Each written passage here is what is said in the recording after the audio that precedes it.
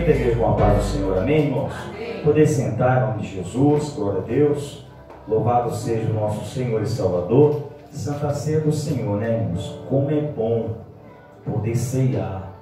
Como é bom poder, aleluia, fazer menção da Santa Ceia do Senhor. Glória a Deus. Este mês, irmãos, aqui nós estamos tratando sobre o Evangelho segundo escreveu Mateus. Estamos trazendo um pouco de mais profundidade sobre este livro, né? Do Evangelho de Jesus Cristo, conforme escreveu Mateus. É de suma importância nós saber um pouco da história, de alguns fatos que se traz necessário. A Bíblia, ela se completa, irmãos. Nada que está escrito é por acaso. Nada que foi relatado foi porque não tem um propósito. Então, nesta noite, nós iremos tratar sobre alguns aspectos. Só que antes de nós adentrarmos na mensagem e no livro de Mateus, é necessário nós entendermos o que aconteceu antes. Segundo a história, é um silêncio do último profeta Malaquias. É um silêncio que Deus faz de 400 a 430 anos, mais ou menos, né?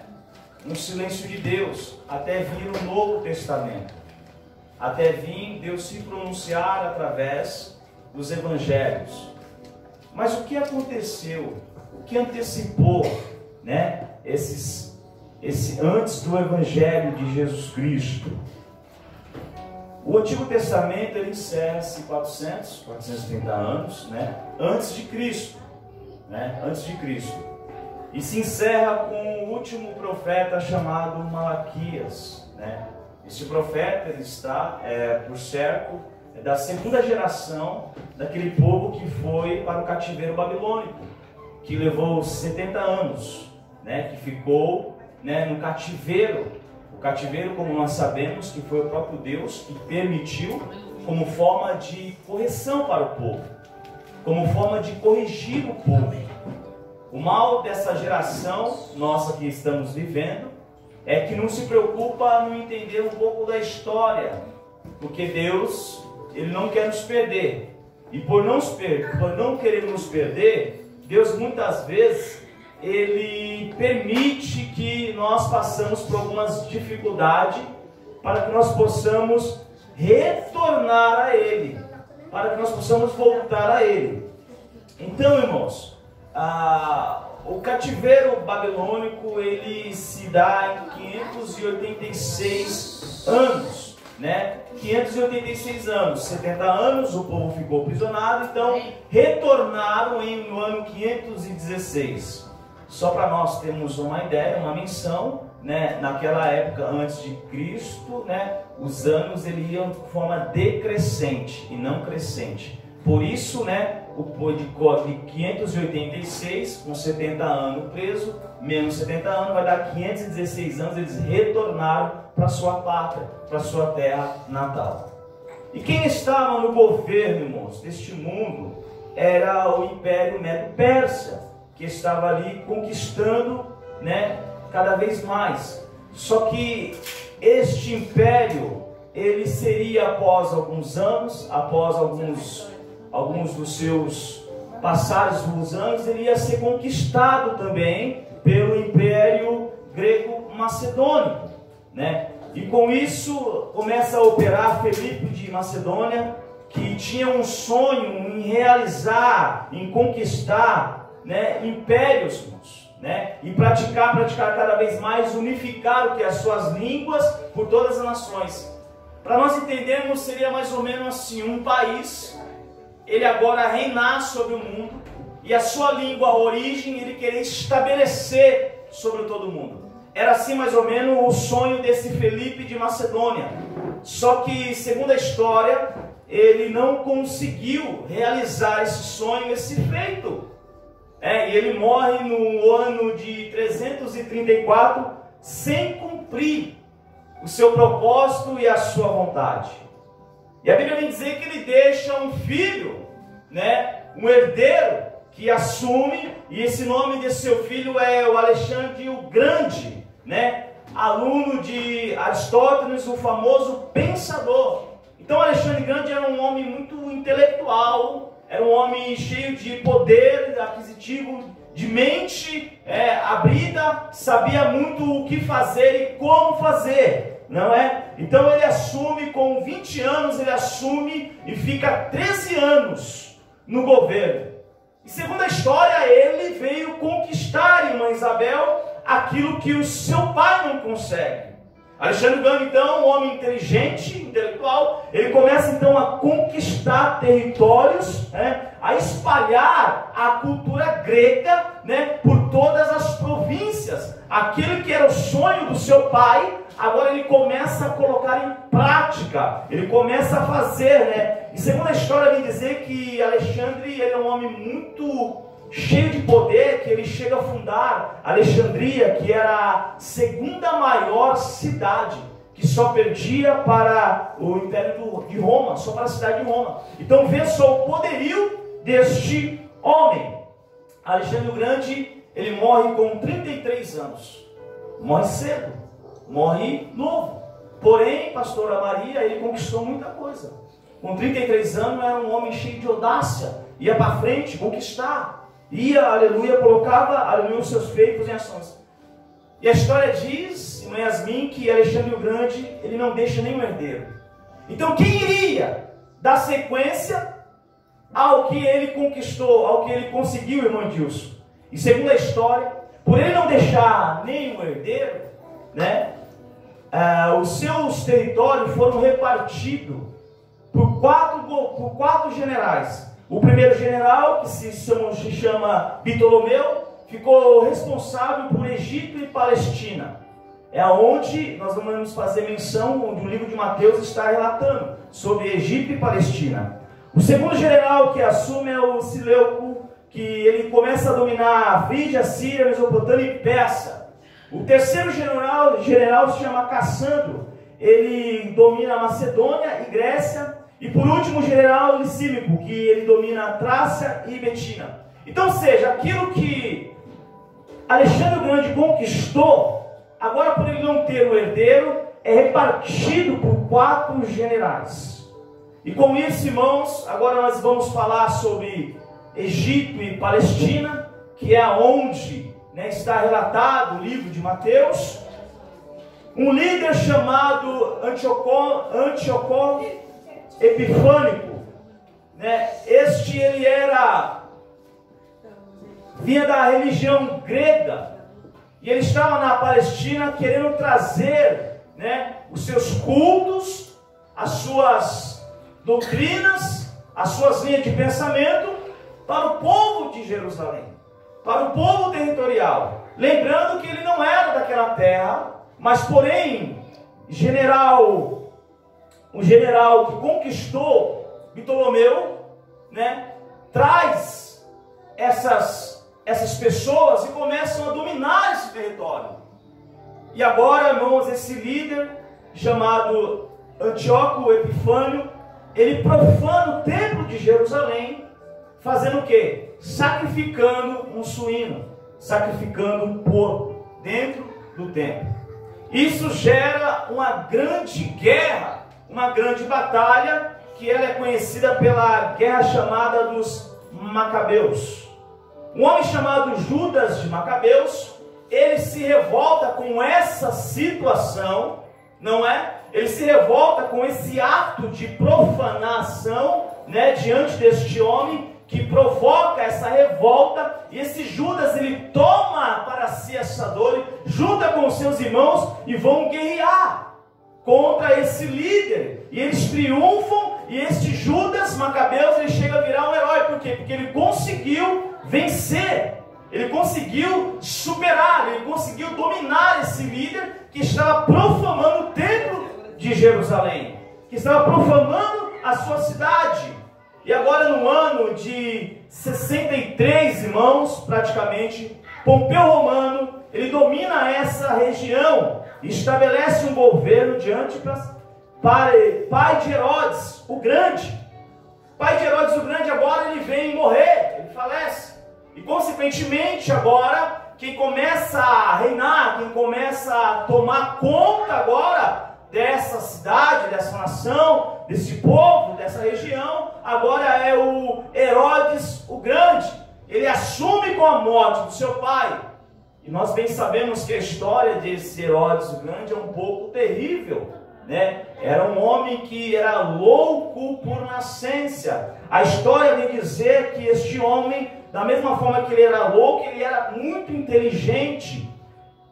Herodes o Grande, ele se casou 10 vezes. 10 vezes esse homem se casou. E a história dele vem dizer que qualquer um que ameaçava, que era sombra, para tomar o reinado dele, ele matava. Qualquer um que fazia, talvez, que ele pensasse que poderia ocupar o lugar dele, o matava. Vou te dar um exemplo, é mais ou menos assim, um governador, que ele governa, né, o estado aqui de São Paulo, ele governa, e qualquer pessoa que ele talvez pense que possa tomar a posição dele, ele vai e mandava matar. Assim era o pensamento de Herodes o Grande. A história vem dizer que ele mata até os familiares das suas esposas, com medo de perder o seu cargo, de perder o seu reinado. A história vem dizer que Herodes o Grande, ele pega os seus 2 filhos e manda para estudar para Roma. E quando eles estão retornando após os estudos de Roma, a sua irmã Salomé chega no ouvido dele e diz: olha, cuidado, os seus filhos agora estão instruídos, foram bem instruídos em Roma, eles podem tomar o seu lugar. Mais rapidamente isso deu um alerta no pensamento de Herodes o Grande. Consequentemente, ele mandou matar os seus 2 filhos. Olha só, irmãos, como estava o mundo. Eu quero chamar a sua atenção, porque nós começamos a ver que é guerra sobre guerra. Quem pode mais, toma. Quem não pode menos, vai perdendo. Era uma briga descontrolada. Agora um homem, por causa do poder, ele mata a sua esposa, mata os seus filhos, não é? Era um homem temido. O respeito dele vinha não pelo jeito dele governar, mas sim pela pessoa que as pessoas temiam, a crueldade que ele tinha. Ou seja, era um demônio em pessoa. Era um homem atribulado. Era um homem que não descansava enquanto, aleluia, não conquistava aquilo que queria. E as suas conquistas eram sobre sangue, sangue, sangue. Sempre ele queria estar no poder, irmã Isabel. Sempre ele queria estar mandando, ou seja, era um homem truculento. Era um homem que não tinha um coração. Era um homem que não tinha um amor. E a história vem dizer então que antes dele morrer, ele faz uma exigência para sua irmã Salomé. Ele chega a dizer: olha, quando eu morrer, eu ordeno que você mande matar alguém importante em Jerusalém. Mande matar alguém que tem honra em Jerusalém, um nobre. Por que ele faz isso? Porque ele sabia que quando ele morresse, não ia haver choro, ia haver alegria. Porque de tão cruel que este homem era, de tão cruel que ele era, ele sabia que todo o povo ali de Jerusalém ia aplaudir a morte dele. E por isso ele exige e fala para a irmã dele: eu quero tristeza no meu funeral. E eu sei que apenas a minha morte não vai trazer tristeza. Olha que homem, irmãos. Olha que homem diabólico. Olha que homem terrível. Ele sabendo que ia morrer, mas mesmo assim ele exige que quando ele morre, tem que matar algum nobre. Para quê? Para a cidade toda lamentar. Mas não era lamentação pela morte dele, mas sim pelo nobre. Então olha só a crueldade deste homem. Olha só este homem, o quanto que este homem era, irmãos, um homem sem pudor, sem temor. E este Herodes o Grande era este que estava reinando quando nasce Jesus Cristo. Quando a profecia ela começa a se constituir, quando a profecia começa a ser elaborada, Quando a profecia começa a nascer, é este homem de crueldade, é este homem perverso que está no comando.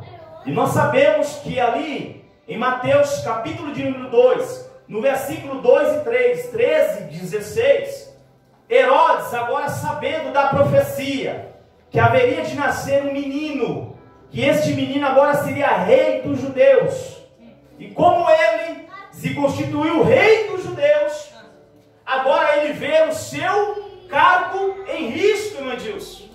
Porque a profecia agora é alarmada por toda a província e toda a região. Nascerá uma criança, um menino, e o nome dele será Emanuel, quer dizer Deus conosco. Ele será rei dos judeus. Agora isso cria um ódio no coração de Herodes o Grande, e ele dá uma ordem, irmã Viviane.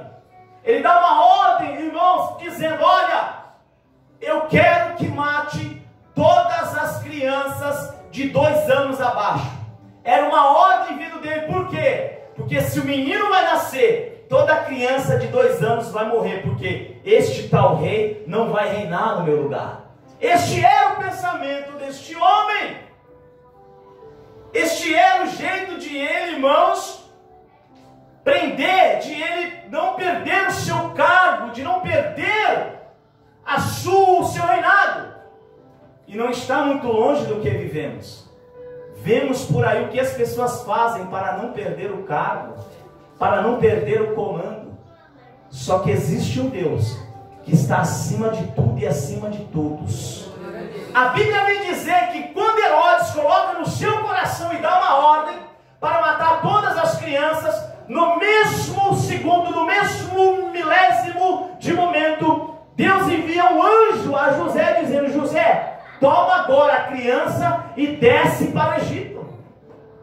Era Deus, irmãos, era Deus protegendo Jesus.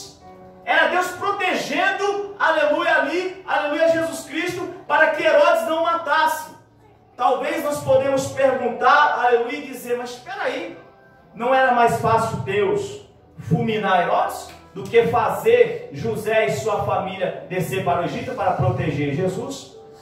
Eu quero aqui abrir um parênteses para a minha vida e para a tua vida, que embora você tenha fé, embora você serve um Deus grande, você não pode abusar do poderio de Deus.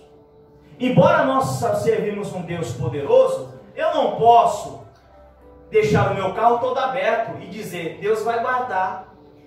Eu não posso, estar com uma enfermidade e dizer: não, se Deus quiser, Ele me cura. Isso não é fé, isso é irresponsabilidade. Porque a Bíblia diz que nós devemos orar e vigiar. Então o fato de nós servirmos a Deus não nos dá o direito de dizer que Deus tem que fazer tudo por mim. Não!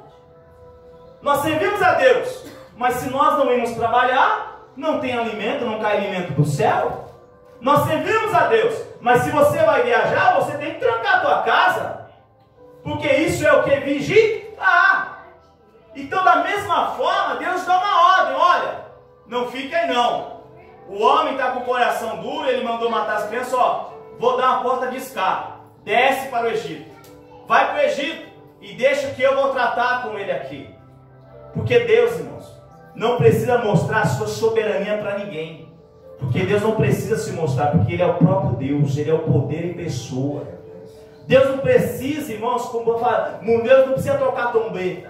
Deus não precisa ficar se alarmando. Deus não precisa de outdoor, porque Ele é Deus. E agora Deus, então, aleluia, Ele permite que Jesus vá para o Egito.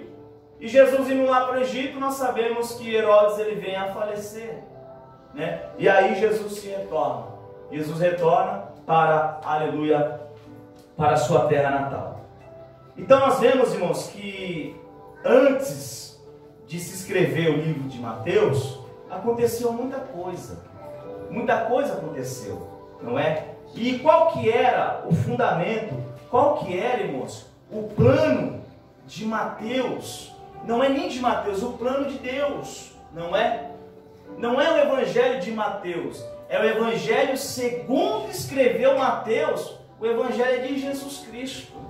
O Evangelho é de Deus. Mateus foi apenas o escritor, foi apenas a mão usada, foi apenas a ferramenta de Deus para escrever. E qual que era o propósito que Deus usou Mateus para quê?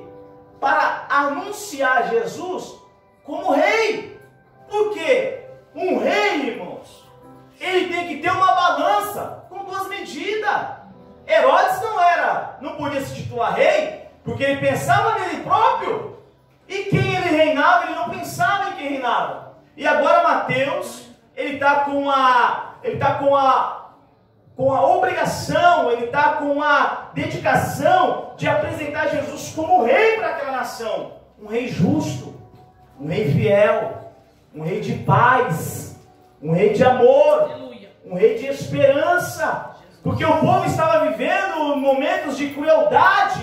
E agora Mateus vem apresentar um reino de justiça, um reino de paz, um reino justo e fiel. E Mateus, irmãos, ele faz 60 citações do Antigo Testamento. É o escritor que mais faz citações do Antigo Testamento. E nós sabemos que Jesus, ele simbolicamente, ele representa-se um leão. O leão da tribo de Judá. O grande, o poderoso, o único, aquele que é fiel e verdadeiro.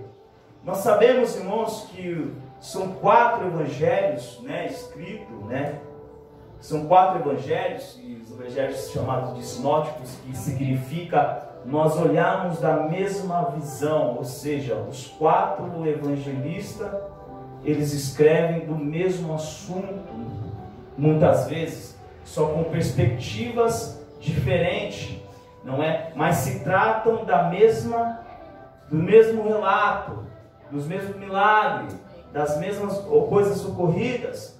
Mateus, irmãos, ele traz 300 versículos sobre o nascimento de Jesus Cristo no seu Evangelho.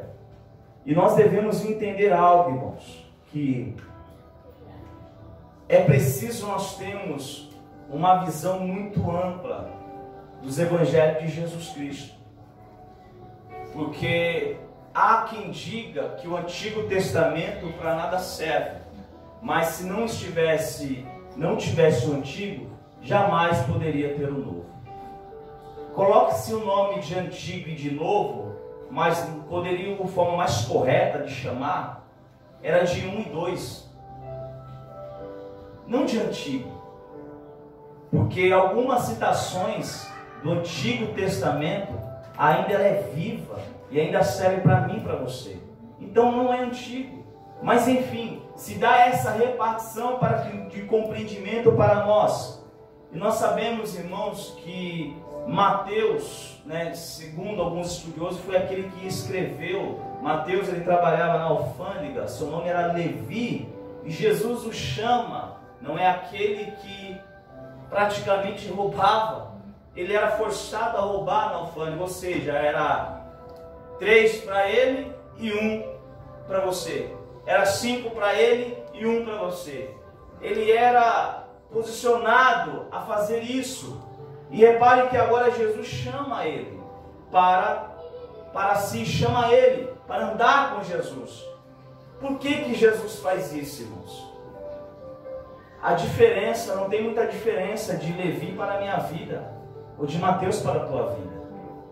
Talvez as situações é diferente, mas nós também erramos, nós também falhamos. Mas mesmo assim Jesus nos chamou para mudar a nossa vida, para nos dar a oportunidade para mudar. E o idioma, irmãos, que é escrito foi aproximadamente na década de 60 depois de Cristo, um idioma aramaico que traduzido para o grego, não é? Então, irmãos, nós vemos também que Mateus ele faz questão de trazer a genealogia de Jesus. Por quê? Os judeus se preocupavam, ou seja, os judeus eles só davam atenção se trazesse de quem era, quando era, que ano, filho de quem. Aí talvez eles paravam para entender ou para querer analisar. Então, Mateus ele faz questão de relatar, está escrito no capítulo 1, sobre a origem de Jesus. Porque mesmo que ele sendo o rei, filho de Deus, teve um plano de Deus aqui na terra. E tem que haver uma origem. Nasceu de quem? Filho de quem? Quem é a linhagem de quem? Porque todo rei nós sabemos que ele tem que vir de uma linhagem real. E aí Mateus ele vem trazendo que Jesus é descendente de Abraão. E nós sabemos que os povos judeus, eles se curvam diante do nome de Abraão. Então se começa a abrir uma pequena lacuna de interesse. Peraí, alguém me está dizendo que Jesus ele também é descendente de Abraão? Opa, vou procurar saber mais dele, não é? E agora também faz também sobre Abraão e Davi. O propósito da genealogia de Jesus para os judeus era trazer a certeza para aqueles ouvintes, para aqueles que estavam ouvindo, é de mostrar que Jesus é filho de Abraão. E isto o judeu que faz parte da primeira aliança do povo de Deus. Ou seja, Jesus, filho de Abraão, que faz parte da primeira aliança de Deus para com Abraão. E também de mostrar que Jesus Cristo, ele também é filho de Davi, ou seja, herdeiro de Israel, herdeiro do trono. Ou seja, Jesus não estava ali, não veio por acaso. Jesus não veio ali para tomar aquilo que não era dele. Jesus não veio para ocupar uma cadeira a qual não era para ele. Não, Jesus veio para se posicionar, para estar naquilo que ele era de direito, porque ele era herdeiro de Israel, do trono de Israel. E os judeus precisavam saber disso, porque nós sabemos que os judeus, muitos dos judeus ainda hoje não aceitam Jesus como Salvador. Eles têm Jesus como um profeta, eles têm Jesus, como apenas um homem normal. E nós sabemos que Jesus ele é o Filho de Deus, o Rei dos Reis, o Senhor dos Senhores, não é? Mas eu creio que assim como muitos já judeus se prostraram, e ainda vão se prostrar diante desse Senhor, desse Rei, que é único e é fiel. Trazendo isto, irmãos, um pouco do conhecimento, o que antecede os evangelhos, o que antecede Mateus, para nós entendermos como que estava, não é, o império tomando guerras, templo sendo profanado, era necessário Deus ter um plano de ação. E é aí onde Jesus entra para colocar verdadeiramente os pingos no rio. É aí onde Jesus entra para começar, irmãos, a implantar o reino de Deus aqui na terra. Deus então se manifesta com o único objetivo de correção, de corrigir a nação, de trazer, aleluia, o caminho e a verdade. Agora eu te peço que você, por favor, abra comigo a sua Bíblia no Evangelho de Mateus, capítulo de número 25, irmãos. Glória seja dada ao Senhor. Evangelho de Mateus, capítulo de número 25. Feito um pouco da explanação sobre o que antecedeu as escritas de Mateus, agora nós vamos um pouco falar sobre o sermão profético de Jesus e a parábola das 10 virgens, não é? Jesus ele usa, irmãos, numa forma aleatória, forma de parábola, para trazer mais esclarecimento para a nossa vida. Ou seja, significa o quê? Alguém não está entendendo o que é o número 2, e aí você pega, vamos supor, número 2, o que significa 2? 1, 2. Era Jesus simplificando aquilo que ele estava falando, para se tornar de fácil compreensão. Porque, irmãos, quem não aprende, não chega em lugar nenhum. Como é que nós podemos cobrar algo de alguém que nós não ensinamos? E ensinar requer paciência. Ensinar requer, irmãos, tempo. E hoje está difícil de achar tempo. Porque as pessoas querem muito de nós, mas não querem dar nem um pouco do seu tempo para nos ensinar. Então Jesus ele faz questão de sentar com a multidão e ensinar, irmão, passo a passo da vida, Jesus ensinava o dia a dia, Jesus ensinava o deitar e o levantar, tudo simplificado, para que as pessoas pudessem entender. E aqui no capítulo de número 25, irmãos, não é? Jesus agora, ele vem ensinar sobre o reino de Deus, aquilo que até então era oculto para quem ouvia, era algo sobrenatural. E como agora Jesus vai explicar sobre o reino de Deus aqui na terra, como Jesus vai explicar sobre as coisas celestiais para o povo que vive aqui na terra. E Jesus, de uma forma tão simples e eficaz, ele explica com bom entendimento sobre o significado, como se dará o reino de Deus. Está no capítulo 25, no versículo 1, dizendo assim: então o reino dos céus será semelhante a 10 virgens que, tomando as suas lâmpadas, saíram ao encontro do esposo. Parece então que Jesus agora ele começa a falar sobre um relacionamento. Jesus agora está ensinando que o reino dos céus, o reino de Deus, é semelhante. O que é semelhante? Senão igual.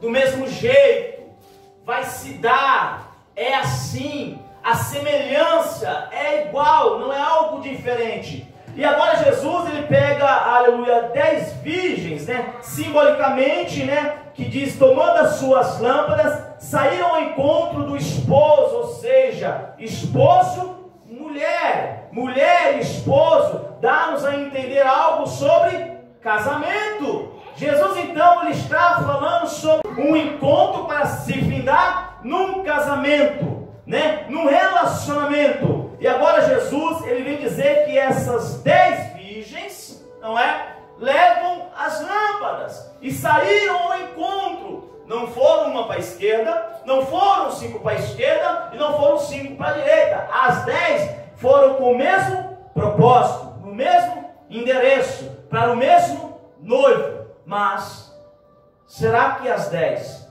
concretizaram o plano do coração quando saíram até o final? Vamos ver.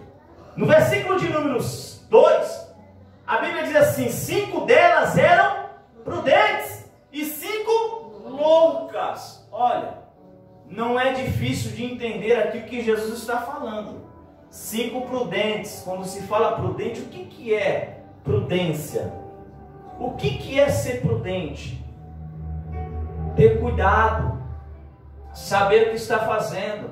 Não é pensar só no agora, é pensar no depois. Vou simplificar para você. Uma pessoa prudente, ela sabe que a época é de chuva, né? Ela vai sair sem guarda-chuva, ela está sendo o quê? Imprudente. Não é? Ah, eu vou sair, não sei a hora que vou chegar, mas eu só vou só com 10 reais. É uma pessoa imprudente, porque você não sabe o que pode acontecer. De repente, né, tá com a criança vai ter fome. Então é uma pessoa que anda preparada.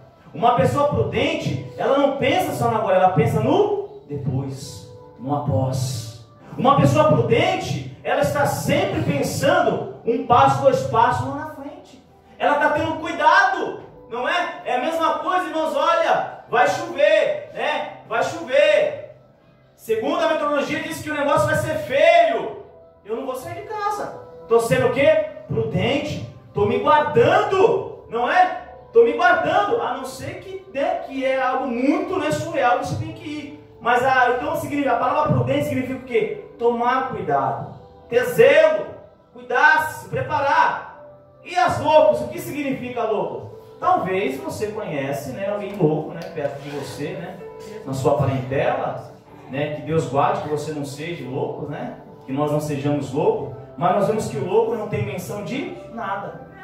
O louco não pensa nem no agora, ele não pensa. O louco de Aconizalã, ele não está nem aí. O louco, ele vai, ele está tendo tiroteio, eu não estou nem aí, eu vou passar por lá. Está tendo guerra, não está nem aí. Louco é uma pessoa que não tem menção de nada. Não anda preparado, não está nem aí com a vida, né? Não se preocupa, não é? Sai, não dá satisfação, não se preocupa se alguém ficou preocupado ou não está nem aí. São o quê? Loucos. Pessoas que saem desenfreadas, pessoas que não têm compromisso, pessoas que não têm responsabilidade, pessoas que não têm, irmãos, caráter, pessoas que, e aí vai, irmãos, um monte de adjetivo para essas pessoas.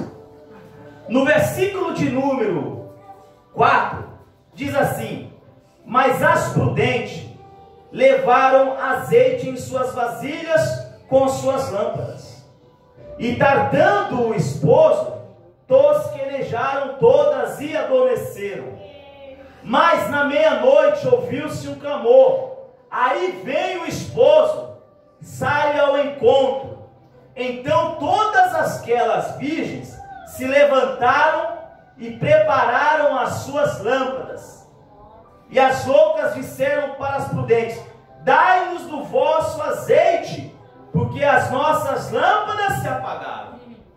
Escute, no versículo de número 4, olha o que Jesus diz: mas as prudentes levaram azeite em suas vasilhas.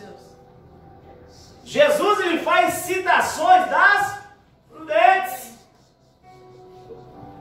O capítulo começa narrando de 5 virgens que saem para o mesmo propósito. Só que no versículo de número 4, só 5 se preocuparam em levar reserva, azeite. 5 tiveram a preocupação de ser o que é prudente. Olha, e se ele atrasar? E se ele não vir? E se nós se perdermos? Faz o seguinte, vamos levar mais azeite, porque é para que não falte lâmpada, para que nós não venhamos ficar na escuridão. Olha aí a diferença, irmãos. Só que as loucas, elas só pensaram em ir. Só pensaram, vamos lá. Não se prepararam. E aqui quero abrir aqui entre aspas. Quem não se prepara, não chega em lugar nenhum. Você já viu alguém despreparado chegar em algum lugar? Não chega. Não é, meu irmão? Não chega. Você já viu um casamento acontecer sem ter uma preparação? Alguém casa do dia para a noite? Não casa. Tem um namoro, tem um noivado, né? E aí, tudo isso é uma preparação para o quê? Para o casamento. Repare que Jesus, irmãos, ele traz o casamento, o relacionamento para os judeus, porque o relacionamento dos judeus é muito sério. A história vem dizer que quando o noivo vai à casa da noiva, ele é obrigado a deixar um penhor, algo de muito valor para a noiva. Não é que nem hoje. Não é que nem hoje, irmã Karina, que o cara fala que vai noivar, ele noiva, fica 10, 15 anos e depois não casa. Não é, né? Não é que nem hoje. O casamento dos judeus o camarada vai, mas ele deixa algo de muito valor, pastora Maria. Que quer dizer o quê? Eu vou voltar. A noiva, então, ela está firme. Que por mais que ele demore 10 ou 20 anos, ele vai vir, ele vai voltar. Porque ele deixou um penhor. Ele deixou uma certeza. E nessa distância, nesse período, irmão Dilson, o noivo, ele vai preparar o quê? A casa, a morada. Ele vai preparar. Ele deixa a noiva, ali já está feito o contrato, o pré-casamento já está feito entre as famílias, o penhor está colocado, e agora ele vai fazer com a sua responsabilidade. Olha, eu vou preparar a casa. Porque já se diz o ditado, quem casa quer casa. E isso é um costume já dos judeus, lá da antiguidade. Nós vamos casar, mas eu vou preparar agora a casa. Vou trabalhar, para que quando tudo estiver preparado, eu venha buscar a minha noiva para levar ela para a nossa morada. Repare que Jesus ele faz questão de trazer algo a qual os judeus já sabem de cor. Por quê? Porque nós sabemos bem que Jesus, no Evangelho de João, quando ele está subindo ao céu do Pai, ele fala: Pai, eu te peço que envie o outro, o Consolador, para que eles não fiquem órfãos. Jesus está deixou o maior penhor aqui na terra, como prova de amor que vai vir nos buscar. Quem é? O Espírito Santo de Deus. Essa é a maior certeza de que ele vai voltar. Porque ele deixou um penhor. Quem é o penhor? O Espírito Santo. Aleluia! E este é o maior contrato que Jesus fez comigo e com você. Que ele vai voltar. Por que ele vai voltar? Porque ele deixou o Espírito Santo aqui. E quando ele voltar, ele vai voltar a pegar o Espírito Santo e a noiva que pertence a ele para a sua casa, para a sua morada celestial. E repare que Jesus ele enfatiza aqui: estou indo preparar a vossa morada. Era o que o noivo fazia. O noivo fazia isso. Eu vou preparar a vossa morada. Eu estou indo preparar para que quando eu volte posso levar vocês. Glória a Deus. Jesus está fazendo a mesma coisa, está explicando a mesma coisa para os judeus. E aí os judeus começam a entender do que ele estava falando, do que ele estava querendo dizer. Então reparem, irmãos, que a Bíblia vem dizer então que as prudentes elas levam azeite, que significa combustível para a lâmpada. E a Bíblia vem dizer então que se elas adormeceram. Só que quando adormeceram, nem as prudentes e nem as loucas pensaram em apagar as lâmpadas. Só que as prudentes estavam preparadas. Pode deixar a lâmpada aí, ó, raiar a madrugada, porque eu tenho azeite. Só que as loucas não. Não se preocuparam em apagar as lâmpadas, consequentemente, acabou o azeite. E a Bíblia diz que por volta da meia-noite ouviu-se um clamor. Por que um clamor? Segundo o costume judaico, quando se dá a casa feita pelo noivo e está na hora dele buscar a noiva, ele chama todos os seus amigos e diz: pega a gaita, pega assobio, pega tambor, é barulho que vem. O barulho significa o quê? Estou chegando, estou vindo. É o noivo anunciando a sua alegria. É o noivo anunciando que está indo ao encontro da sua noiva. Por isso que aqui no versículo de número 9, é isso? No versículo de número 6, a Bíblia ele diz que houve-se um clamor, porque começam a gritar com a euforia: o noivo está chegando, ele está vindo, prepara-se noiva, ele vai te levar. E a Bíblia diz então que agora, irmãos, no capítulo de número 7, a Bíblia diz que todas aquelas virgens se levantaram e prepararam as suas lâmpadas. E as loucas disseram às prudentes: dai-nos do seu vosso azeite, porque as nossas lâmpadas se apagaram. Mas as prudentes responderam dizendo: não seja caso que nos falte a nós e a vós. Ide antes aos que vendem e comprai-vos para vós. Reparem, é um despreparo total. E esse despreparo de compromisso, de fidelidade, acontece nas igrejas de hoje. Repare que elas tinham dinheiro, sim ou não? Porque elas foram comprar. Agora, por que já não levaram azeite? Por que já não levaram? Por que já não compraram já no caminho ao encontro com o noivo? Por quê? Eu quero aqui abrir mais uma vez aspas e dizer: essas loucas não está diferente de nós, que deixamos muitas coisas de Deus para trás, que deixamos muitas coisas de Deus para o segundo plano, para o último segundo. Vou simplificar para você.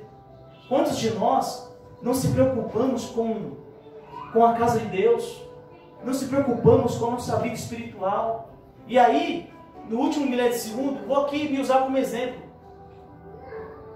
Vê se Deus vai ser conivente. Eu estou com a obrigação de trazer uma palavra. O culto começa às 6 horas. Eu vou estudar às 5h30. Eu vou orar às 5h40. É assim que essas loucas estavam agindo. Elas tinham tempo, tinham dinheiro, mas não queriam fazer o que é correto. Será que nós estamos muito longe disso? Sabemos o que é certo.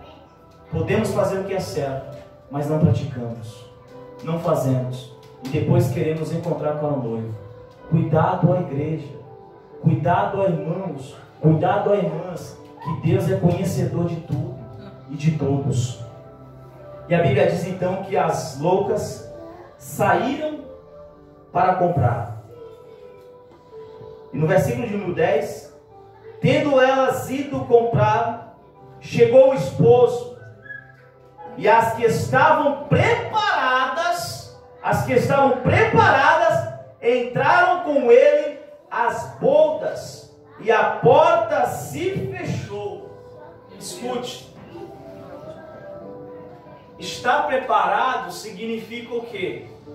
Eu quero ir. Eu quero estar.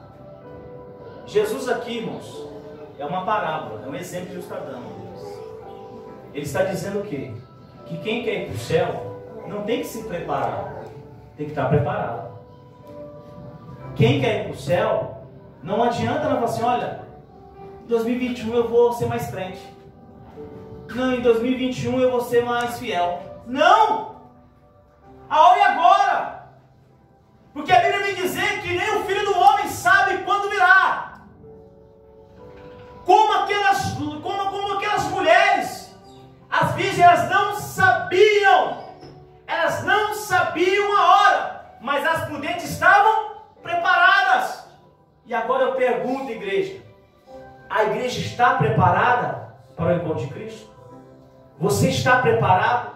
Eu estou preparado ou eu estou me preparando? Eu quero aqui abrir mais um parênteses. Se você não está preparado, se prepare agora.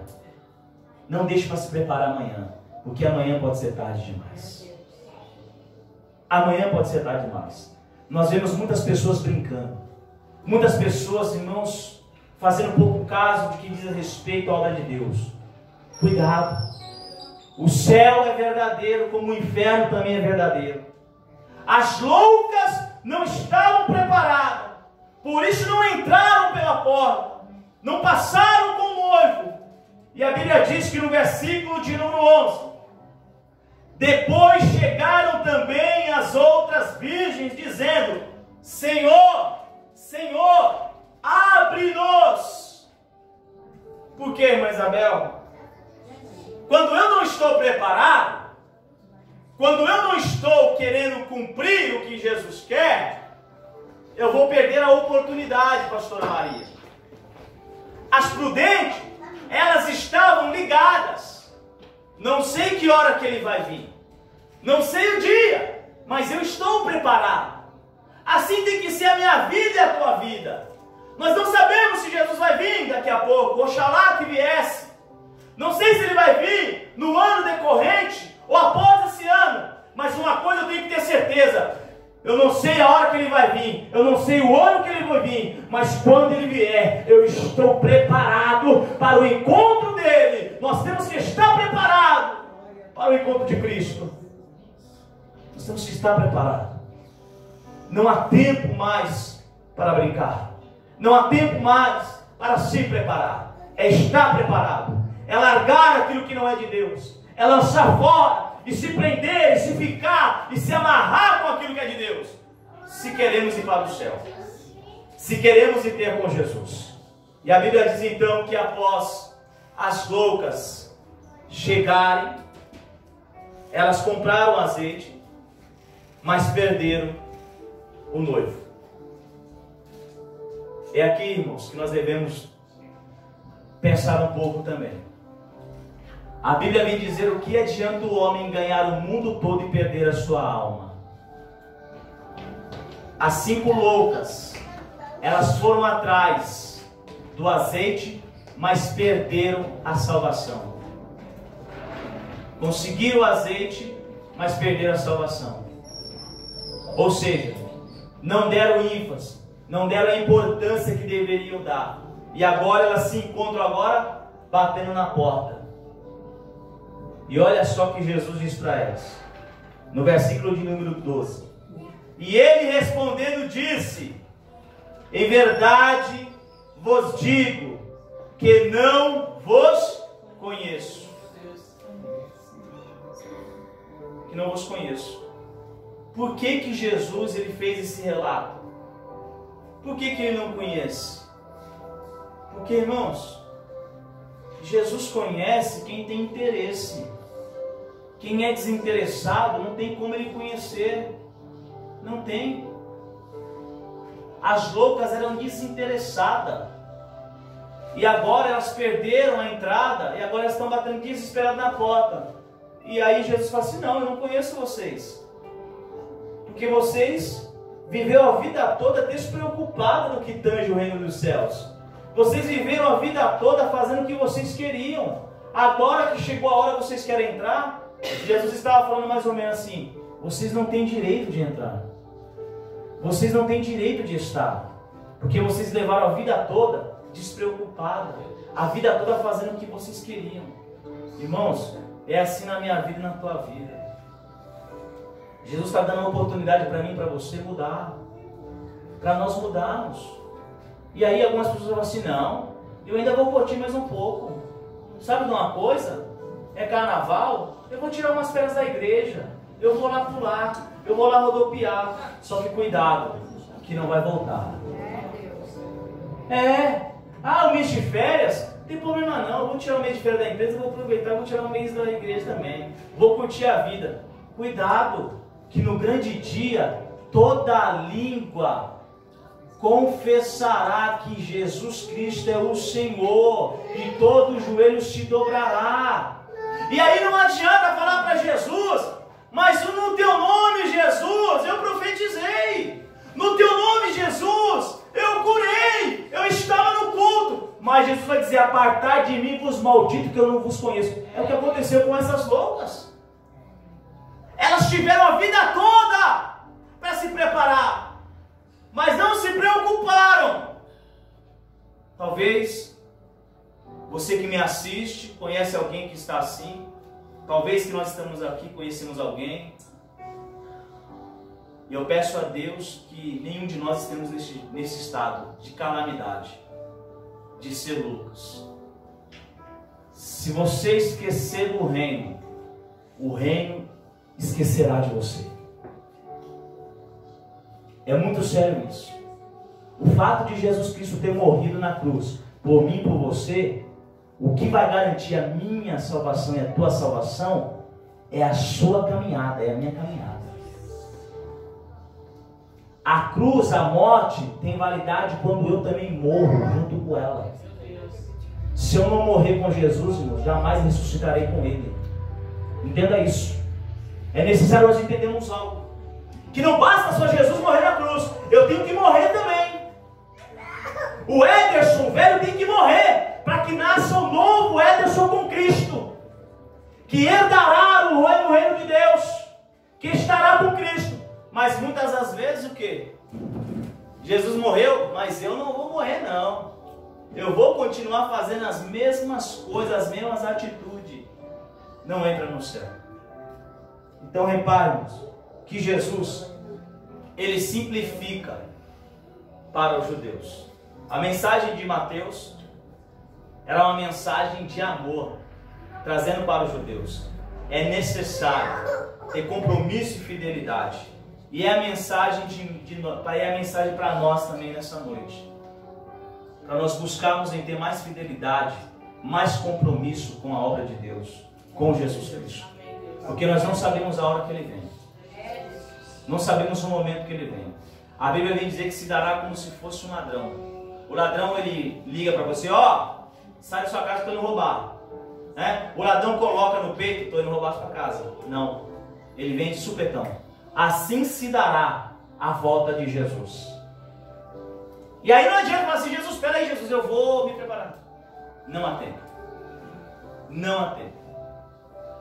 O Espírito Santo de Deus, ele será, para nós entendermos, ele será o GPS que vai indicar a Jesus Cristo quem está e quem não está preparado. É como se fosse um ímã, né? Sabemos que o ímã, quando ele pega no metal, ele o quê? Gruda, sim ou não? Sim. Não é? Então, para nós entendermos, nós somos uns pedacinhos de ferro.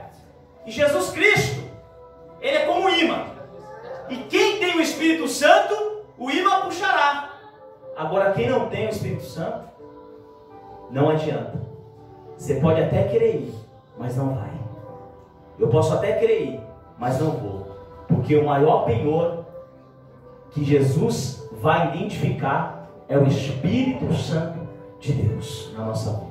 Pastor, então agora já não é uma preocupação, porque eu não falo em línguas, eu não profetizo, eu não pulo, mas o Espírito Santo não só faz isso. O Espírito Santo traz conversão, mudança, arrependimento. O Espírito Santo, irmãos, aleluia, né? Tem muitas pessoas que pulam rodopia, mas não é o Espírito Santo. O Espírito Santo traz o que? Uma nova pessoa, uma nova criatura. Aquele que roubava não rouba mais. Aquele que falava mal não fala mais. É mudança de vida, é mudança de caráter, é mudança de posição. Isso que simboliza o Espírito Santo. Aquele que era ignorante, agora ele vai ser gentil. Aquele que falava gritando, agora ele vai falar pausamente, devagarinho. É isso que é o Espírito Santo, irmãos, que nos convence do pecado. E é esse que Deus procura na minha vida e na tua vida. Amém? Glória a Deus. Então, em nome de Jesus, irmãos, que nós possamos ter esta menção.